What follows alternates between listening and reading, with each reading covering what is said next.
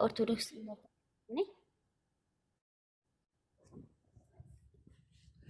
እሺ የመጀመሪያ ስሜ ጽንፍነሽ ቀንሞስ፣ አሁን ተስሊም ቀንሞስ። ያደግኩት በኦርቶዶክስ እምነት ላይ ነው። ቤተክርስቲያን ነው ያደግኩት እና ከአንድ እስከ 10 ማለት ያስፈልጊ ከሆነ ኮሌጅ የሚድዋይፍ ነኝ። ደሴ ነው የተማርኩት። ከዚያ ወጥቼ መጀመሪያ እንደ ተምሬ እንደጨረስኩኝ ወደ ትዳር ነው የገባሁት። ትዳር ኦርቶዶክስ ነው ያገባሁት። ትንሿ ልጅ ቤተክርስቲያን ነው ያደገችው። በጣም ረባሽ ነች፣ ቤት ውስጥ አልቃሻ ነች እና ለአባቴ በጣም ተወዳጅ ነኝ። አባቴ አሁን በህይወት የለም። በቃ ቤተክርስቲያን ውስጥ ስለሚሄድ ቤተክርስቲያን በቃ ስለሚሄድ ወንድ ሆናል በነበረ ልጅ ምናምን ይባላል። ቤተክርስቲያን ውስጥ መዝሙር ክፍል ኃላፊና ግንኙነት ክፍል ኃላፊ ሆኜ ሰርቻለሁ፣ ቤተክርስቲያን ማለት ነው።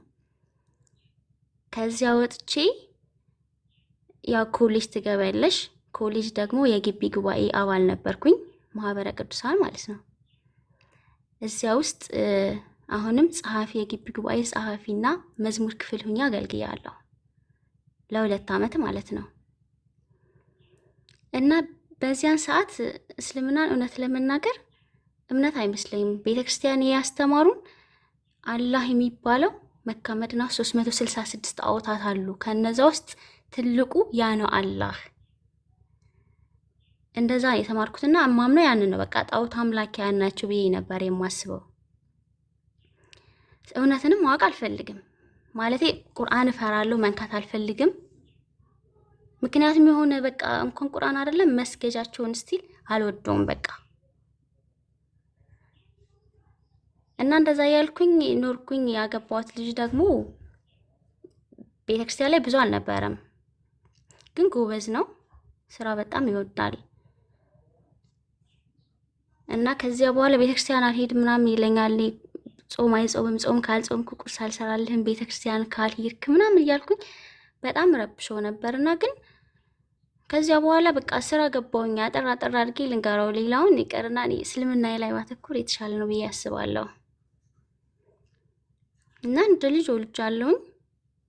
ከዚያ በኋላ እዚህ ስራ ቦታ ጓደኞቼ ስለ እስልምና በቃ አለባበሴ ደግሞ ወደ ኋላ አልመለስ። አለባበሴ ሱሪ ነው የምለብሰው በፊት ላይ ያለበት ቦታ ደግሞ ሱሪ እንድለብስ አይፈቀድም እዚህ ቦታና እዚሁ ሲሆን ፒጃማ ቀሚስ ምናምን ለብሳለሁ፣ ሺቲ ማለት ነው። ስወጣ ያው ሱሪዎቼን ለብሳለሁኝ። እንደዚህ ያልኩኝ እስልምና ዝም ብሎ የሚስብሽ ነገር አለ እንደ አካባቢሽ ማለት ነው። አለባበሱ፣ ስርዓቱ፣ ጾማቸው፣ ስግደታቸው ስትለምጁ የሚስብሽ ነገር አለ አይደለ? ያ ነገር ይስበኛልና የሆነ ሰዓት ላይ በቃ አላህ ጀዛውን ይክፈል የሆነ ልጅ አለና እናንተ እምነታችሁ ትክክል አይደለም አልነው ጓደኛዬ ጋር ሆነ ማለት ነው። ከዛ ትክክል ካልሆነ አስልሙኝ እናንተ ክርስቲያን አድርጉኝ አለ። እሺ ምናምን ብለን ጀመርን እሷ ጋር ሐፊዘል ቁርአን እናንተ ትክክል ከሆናችሁ እኔ ክርስቲያን ሆናለሁ ምናምን አለ። ሄድን በቃ ስትሄጅ የሚስብሽ ነገር አለ። እየሳበሽ ትሄጃለሽና ጓደኛዬ ፈራሁኝ ምናምን ብላ ቀረች። እኔ ግን ሄድኩ። ሲሄድ ግን አልሐምዱሊላህ ማለቴ እውነቱ እየገባኝ ሲመጣ መሸሽ ጀመርኩኝ። ትከራከሪያለሽ ግን ለራሴ ግን ሸሸው ጀመረ። በቃ እምነቱ የራሴ ትክክል ነው፣ የኔ ትክክል ነው። በቃ እንደገና ጸብ ከራሴ ጋር በቃ ለብዙ ወራቶች ከራሴ ጋር መጣላት ጀመርኩኝ። በቃ አላምንም፣ በግድ አላምንም የምትይው ራስሽን አላምን። በቃ እስልምናን አላምንም። ትክክለኛው ክርስትና ሃይማኖት ነው፣ ኦርቶዶክስ ሃይማኖት ነው። ጓደኛዬ ደግሞ የልጄ ክርስትና እናት ናት። እና ተራራቅን ማለቴ ለማጥናት አልተመቸኝም። እምነቱን ለማጥናት ስላልተመቸኝ አንድ ቦታ ነው የምንኖረው። ያው ካምፕ የምኖርበት ጤና ተቋሙ የራሱ መኖሪያ ቤት አለው፣ እዚያ ውስጥ ነው የምንኖረውና ያው ቤተሰብ ነን ሁላችንም። አንድ ተቋም ውስጥ ያለ ነው የጤና ባለሙያዎች ቤተሰብ ነን። እያልን ሄድኩኝ። ከዛ ብቻዬን በቃ ዱዓቲው ጸሎታቲው በቃ እግዚአብሔርም አላህም ማለት ፈራሁኝ። በቃ ሁለቱንም አንተ የፈጠርከኝ ጌታ በቃ እኔ ፈልግሃለሁ፣ ፈልገኝ ማለት ጀመርኩ። መጨረሻ ላይ በቃ ትዳሬን ባሌ አብሬ መስለም ነው የምፈልገው። ከዚህ አያምንልኝም ማለት ማመን አይፈልግም። በቃ አይደለም ምናምን ነገር እኔ ሙስሊም መሆን እፈልጋለሁ ብዬ ሳይሆን ኖርማሊ ዝም ብዬ ነው እንደዚህ የምለውና ጭራሽ እንትን ሊል አልቻለም። እና መጨረሻ ላይ በቃ ወሰንኩ። ውሳኔ መለያየት። እኔ በቃ ለቤተሰቦቼ እኔ መለያየት አለብኝ፣ ምክንያቱም እኔ አልወደውም። በቃ ፍቅር አልቋል። ቤተሰቦቹ አገዙኝ፣ ተለያየን። ከተለያየን በኋላ በቃ ማለት ተለያይተሽ ብትሰልሚ ኖርማሊ አይመለከተውም በሚለው ማለት ነው። ከዚያ በኋላ ደግሞ ወስበዋለሁ ብዬ ነበር ያሰብኩት። ሰለምኩኝ። ሳልሜ ግን ያው ደበኩ ለብዙ ጊዜያት።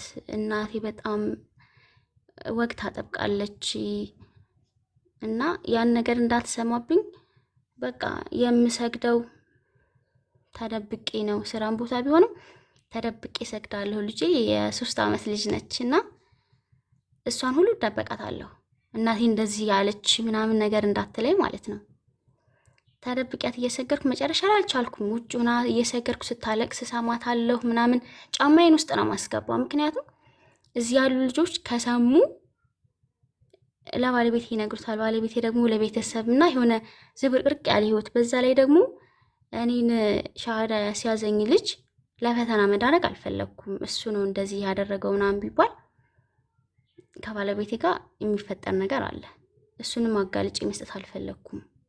የሚያውቁት በቃ ለ1 ዓመት የሚያክል 2 ሰዎች ብቻ ናቸው፣ አንድ ሴትና አንድ ወንድ ማለት ነው።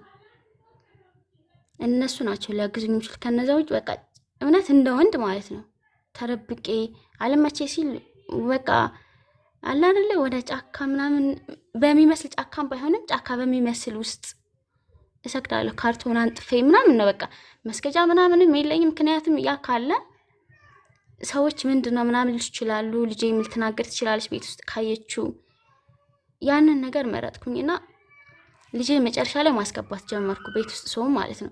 ጸሎት አልኳት በቃ እሷን አሁን ጸሎትን የምናደርገው ምናምን ነገር አታለሁ። ስሰግድ ከፊት ለፊት ትመጣና ትይዘኛለች፣ አፌን ትጨብጠኛለች። አፌን እንዳ በቃ የሆነ ነገር ስትይ ድምጽ ስለሌለሽ ለመስማት ስትሞክር አይሰማትምና አፌን ትይዘኛለች። መጨረሻ ላይ ስጨርስ ምንድነው የምትይው ምናምን ስትለኝ ጸሎት እናድርግ ልጄ ይላታለሁ። ምን እያልን ምናምን ስትለኝ በቃ ጌታዬ አሳድገን እንበልሽ እንድታድግልኝ አሳድገን እንበል። እሷም ጌታ ያሳድገን እና ውጭ ላይ ሰው ሲቆረቁር ጸሎት ላይ ነች ምናምን ትላቸዋለች።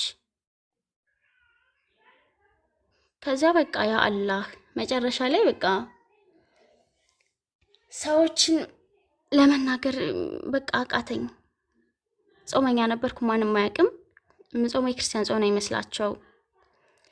የማቀርበው ምንም ነገር አላቀርብም። ቴምር በእጄ ይዛለሁኝ። ማፍጠሪያ ሰዓት ምናምን ሲደርስ ቴምር በእጄ ይዤ እቀመጣለሁ። በቃ በር ዘጋለሁኝ።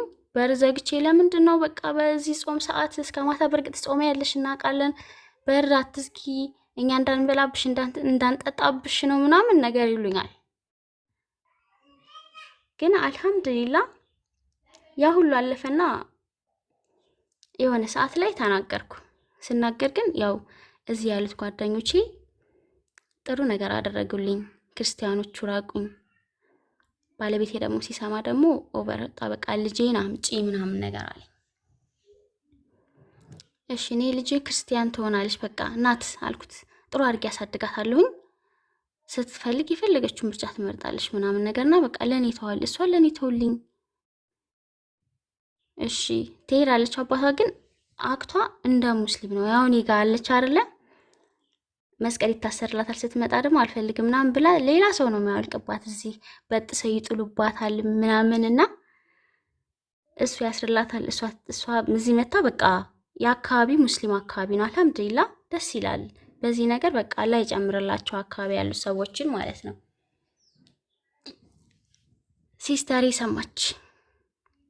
ሲስተር ሰማችና በቃ አለቀሰች። እውነት ሰልመሻል? እርግጠኛ ነኝ ሰልመሻል? ልመናቸው ምናምን አለች። ማን ነገረሽ ምናምን ነገር አልኳት። በቃ ለእናቴ ግን አትንገሪብኝ፣ እናቴ አትስማ። እናቴ ከሰማች ከህይወቷ ታስወጣኛለች ማለት ያው እናት ነች ባትቆርጥም፣ ግን በቃ ናፍቆት የሚባል ነገር አለ። እናቴ አባቴ በህይወት ስለሌለ እናቴ ነች ያሳደገችኝና እንድከፋት አልፈልግም፣ ሀቅም ስላለብኝ ማለት ነው። እሷንም አላህ ይስጣት። ትላንትም ያየች ነበረ ገስት ላይ ሆኜና ኢንቦክስ እያደረገችልኝ ነበረ። በዚህ አጋጣሚ መጨረሻው መልዕክት አስተላልፍላታለሁ ለሷ ማለት ነው። እናቴን በቃ አሁን ህማማት ላይ ነው የሰማችሁ። ጭራሽ ላናግርሽ አልፈልግም፣ በቃ ልጅ አይደለሽም፣ ብሞት ቀብሬ እንዳትቆሚ፣ ብትሞቺ ቀብርሽ አልቆምም። ያ ሁሉ በፊት ላይ ያለው ነገር ሁሉ በቃ እህቴም ቢሆን የተወሰነ ማለት ታናግረኝ ነበር። ከዚህ በኋላ ምንም ነገር እንዳትይኝ፣ እህቴ አይደለሽም፣ ከህይወቴ ውጪ። እናቴም እንደዚህ በቃ ሁሉም ቤተሰብ ያው ምናችንም አይደለሽም ምናምን ነገር አሉ። ግን ደስተኛ ነኝ። በቃ አላህ የሰጠኝ ነገር በቂ ነው። ከበፊት ካለኝ ህይወት ሳነጻጽረው በቃ ቢግ ዲፈረንስ። ምክንያቱም በጣም አወራለሁ፣ እጮሃለሁ፣ ምንም ነገር አይመስለኝም። በቃ አሁን የሆነ መረጋጋት። ሰዎች ሙስሊም ሆኜ እንደ ድሮ ግን አይደለሽም ጽ እንደ ድሮ አይደለሽም፣ ምን አዲስ ነገር አለ ምናምን፣ ምንም አዲስ ነገር የለም። እየሰገድኩኝ በጣም ሲያጠብቁኝ እግዚአብሔር ይመስገን። አዎ እግዚአብሔር ያውቃል። በቃ ለኔ ውስጤን እግዚአብሔር በቃ አላህ ነው ብዬ ነው በቃ አሳመንኩት። አላህ ነው ያ አላህ ነው እንጂ ኢየሱስ ክርስቶስን አላልኩም። እና እናቴ አንቺ ልጅ ግን ምን ሆነሽ ነው? እንደ ድሮሽ እኮ አይደለሽ ምናምን ነገር ቀዝቀዝ ብለሻል። እናቴ ቤተክርስቲያን ሄሽ፣ እናቴ እንደዚህ አደረግሽ፣ እናቴ በዓል ደረሰ ምናምን ነበር። ያ ሁሉ ነገር በቃ የለም። ለበዓል ደውላታለሁኝ። ሁለት በዓል ምናምን ያሳለፈችው ያው ከሰለምኩ በኋላ ማለት ነው። እና እንኳን አደረሰሽ ማለት ራሱ ከበደ። በቃ እናቴ በዓል ጥሩ ነው፣ በዓል አሪፍ እያሳለፍሽ ነው ነይ ስትለኝ ተረኛ ነኝ፣ ዱቲ ተረኛ ነኝ ነው የምላት። በቃ በዓል በመጣ ቁጥር ዱቲ ተረኛ ነኝ፣ በዓል በመጣ ቁጥር ዱቲ ተረኛ ነኝ። እናቴ ያው ድል ያረል ድል ስለሆነ ነው በቃ ምን ላድርግ፣ መሄድ ስላልፈለኩ ነው እናቴ ጋር ማለት ነው።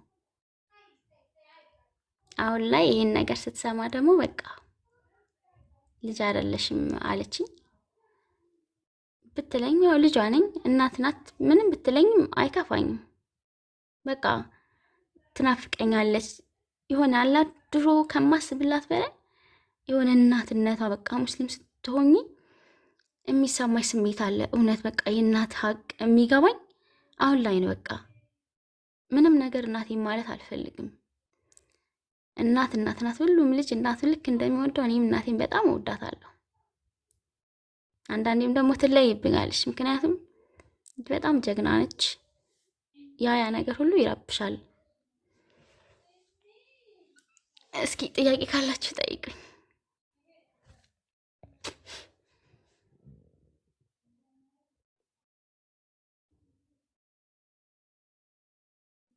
እሺ ቤተክርስቲያን በቃ ኢየሱስ ክርስቶስ ጌታ ነው፣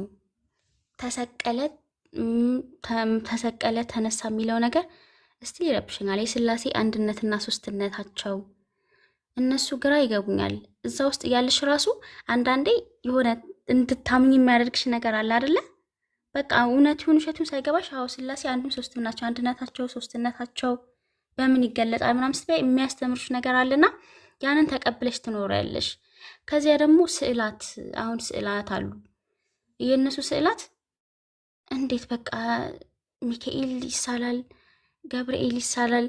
ስለዚህ ለዛ እንሰግዳለን አይደል? ሁላችንም ከክርስትና በተለይ ኦርቶዶክስ ላይ ስዕላትን በቃ የእውነት ተንከባክበን ቤተክርስቲያን ስንሄድ እኔ ስዕል አድኖ በነጠላይ ነው የምጠርገው ካለኝ ፍቅር የተነሳ ማለት ነው።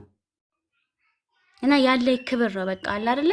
የእውነት አሁን ላይ ሁኜ የሆነ ጌታን እረስቸው ነበር እንደ ያኔ እንዴት ወደዚህ ግን ሳበኝ፣ እንዴት ወደዚህ ግን አመጣኝ ምናምን ብዬ አስባለሁኝ። እና በቃ ያ ነው ሳበኝ። እውነት ጌታ አይደለም፣ በቃ ኢየሱስ ክርስቶስ ጌታ አይደለም። በዚያ ላይ ደግሞ የአባታችን ኢብራሂም አለይሂ ሰላም የእሳቸው ታሪክ ሞር በጣም ይስበኝ ነበርና ክርስትና ላይ አንድ ሚስት አለችው። ሁለተኛ ሚስቱ አጋር ሚስት አይደለችም። የወለደችው ልጅ ደግሞ ድቃላ ነውና ነፍሰ ጡር ሆኖ ቤታቸውን ይረብሽ ነበረ። ያን ነው የተማርኩት። አው አጋር ሳራ ፈቀደችለት፣ ወደ አጋር እንድገባ ፈቀደችለት። ከተረገዘ በኋላ እኮ የአብርሃም ቤት ተበጠበጠ ተብዬ ነው የተማርኩት። ከዛ ኢስማኤል ላይ የተረገዘው ምናምን ነገርና እንዴት አሁን ነቢያትን የሚጠብቃቸው እግዚአብሔር ከሆነ ስለዚህ እንዴት አብርሃም እንዴት ድቃላ ይወልዳል? ስለዚህ ከቤት አባረራቸው። ከቤት ተባረሩ ብሎ ታሪካቸውን ጥፍት ነው ያደረጉት። ግን የረሱል ሰለላሁ ዐለይሂ ወሰለም ዘር ከዛ መምጣታቸውን የእውነት ነው በቃ ባላ ይሁንብኝ አላቅም። አሁን ያወቅኩት ኢስማኤል ዐለይሂ ሰላም ታሪካቸው ያልተነሳው እኔ እንደተማርኩት በቃ ኢስማኤል ዐለይሂ ሰላም ከተነሱ ረሱል ይነሳሉ። ያን ታሪክ ለማጥፋት እንዴት በዚህ ልክ? ስለዚህ ነቢያትን የሚጠብቃቸው እግዚአብሔር ከሆነ እንዴት እንደዚህ አይነት ነገር ያደርጋሉ? ስለዚህ ይሄ ለእኔ ፎልስ ነው። ስለዚህ አንድ ነገር አገኘሁኝ እዚህ ላይ ማለት ነው። ከዚያ ደግሞ ጌታ ተወለደ። ተረግዞ ሴት ነበረ። ተረግዞ ጌታ አይደለም እንዴ? ከተረገዘ እንዴት ጌታ ከሆነ ተረግዞም ጌታ ነው። ሲረገዝ ምድርን ማን ነው የጠበቃት? አይደለም 9 ወር ከ5 ቀን አይደለም ለደቂቃ አላህኛን ከተውን የምንሆነውን አላህ ነው የሚያውቀው። ያ ነገር እሺ ተሰቀለ 3 ቀን 3 መዓልት 3 ሌሊት እነዛ ነገሮች እንዴት ሊሆን ይችላል ይሄ ነገር? ስለዚህ ሲሰቀል ሲሞት ምድር ምን ነበረች? ምድር ሰማያት ከዋክብት ረግፈዋል፣ ሰማያት ደም ለብሰዋል፣ ከሁለት ቅጠሎች በስተቀር ሁሉም ረግፈዋል ምናምን ነገር። የዛን ሰዓት ዲነል እስላም የለም ነበር እንዴ? በቃ ሁሉም ነገር የሆነ ጥያቄ ይሆንብኛል። ከዛ እዚህ ጋር ደግሞ ስመጣ ደግሞ በቃ አንድ አላህ ሱብሃን አላህ እንዴት አላምነውም? እንዴት አልቀበለውም? ፈልጌው ወድጄው ነው የመጣሁትና ቁርአንን ክርስቲያን ሆኜ ማንበብ ጀመርኩ። ቁርአን ጋር የተረዳሁት ነገር ቁርአን ህግ ነው፣ መጽሐፍ ቅዱስ ደግሞ ታሪክ ነው። ይሄን ብዙ ሰዎችም ይሉታል። እኔ ግን ሰዎች ባሉ ሳይሆን አንብቤ በተረዳሁት ነው።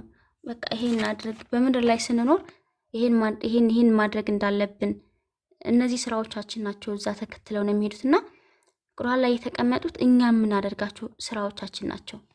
መጽሐፍ ቅዱስ ላይ ያለው ታሪክ እኮ ኪታብ ላይ ያለ ያ ተቀነጫጭቦ ምንም ብሎ ቢሆን ከኋላ ምናምን ስናያቸው ነቢያት በዲነል እስላም ያለፉ ናቸው። ግማሾቹ መጽሐፍ ቅዱስ ላይ ያልተጻፉ አሉ። ዲነል እስላም ያከበራቸው ነቢያቶች አሉ፣ መጽሐፍ ቅዱስ ላይ የሌሉ ማለት ነው። እና ያ ነው እኔን ይበልጥ የሳበኝ።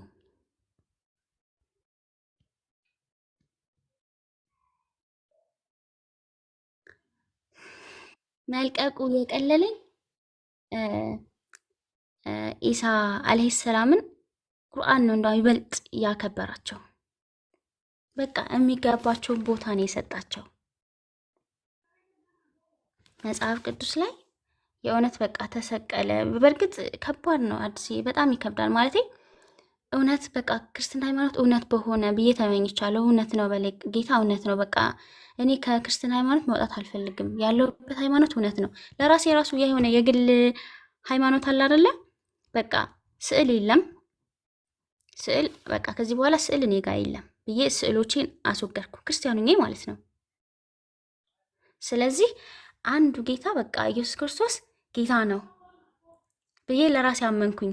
ስዕል የለም፣ በቃ ለኛ ተሰቅሎልናል፣ ድህነትን ሰጥቶናል። በቃ ይሄ ድህነትን ሰጥቶናል፣ ድኛለሁኝ ብዬ አመንኩኝ። አዎ ክርስቲያን ነኝ። ስዕል ግን የለም። ቅዱሳን አሁን ገዳማት እንደዚህ አባቶች ቅዱሳን አባቶች አለ አይደለ?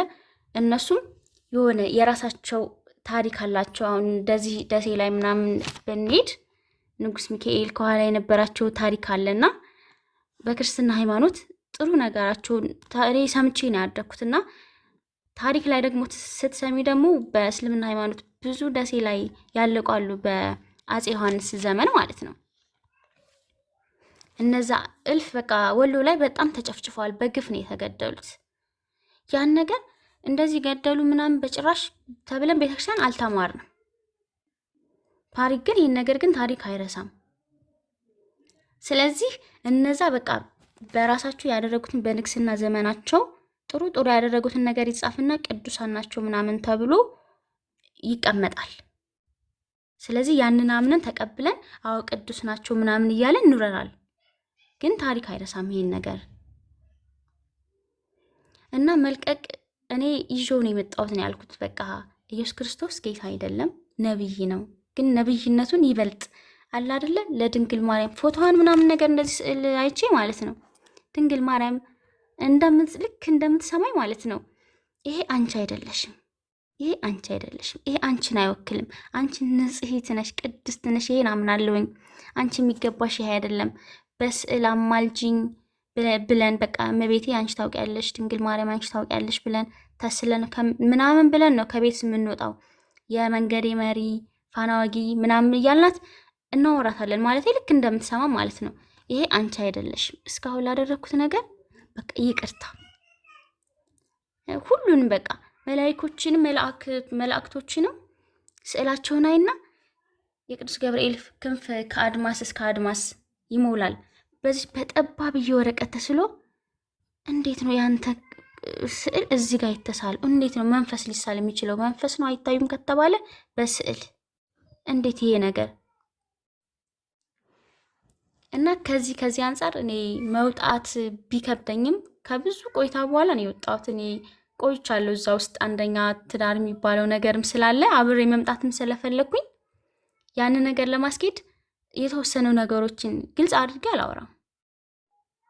በቃ እንደዚህ እኮ ይላል እንደዚህ እኮ ይላል እና እንዴት ነው ከልጅ ልጅ ተወልጄ ሙቼ ተነስቼ ምናምን የሚል ነገር ግን ታነባለህ ምናምን መላእክቶችንም ድንግል ማርያምንም ይዣትን የመጣሁት ይበልጥ አከበርኳቸውን ድሮ ከነበረበት በቃ የሚገባቸውን ቦታ ሰጥቼ አከበርኳቸው።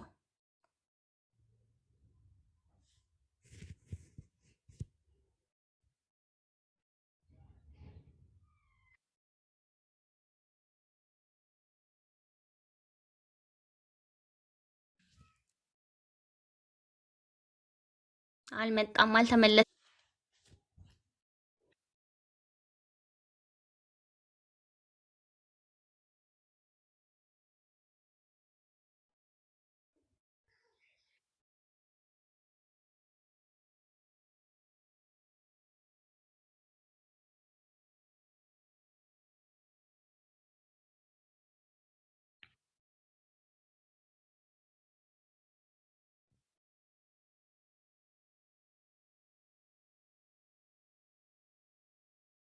በአንቡ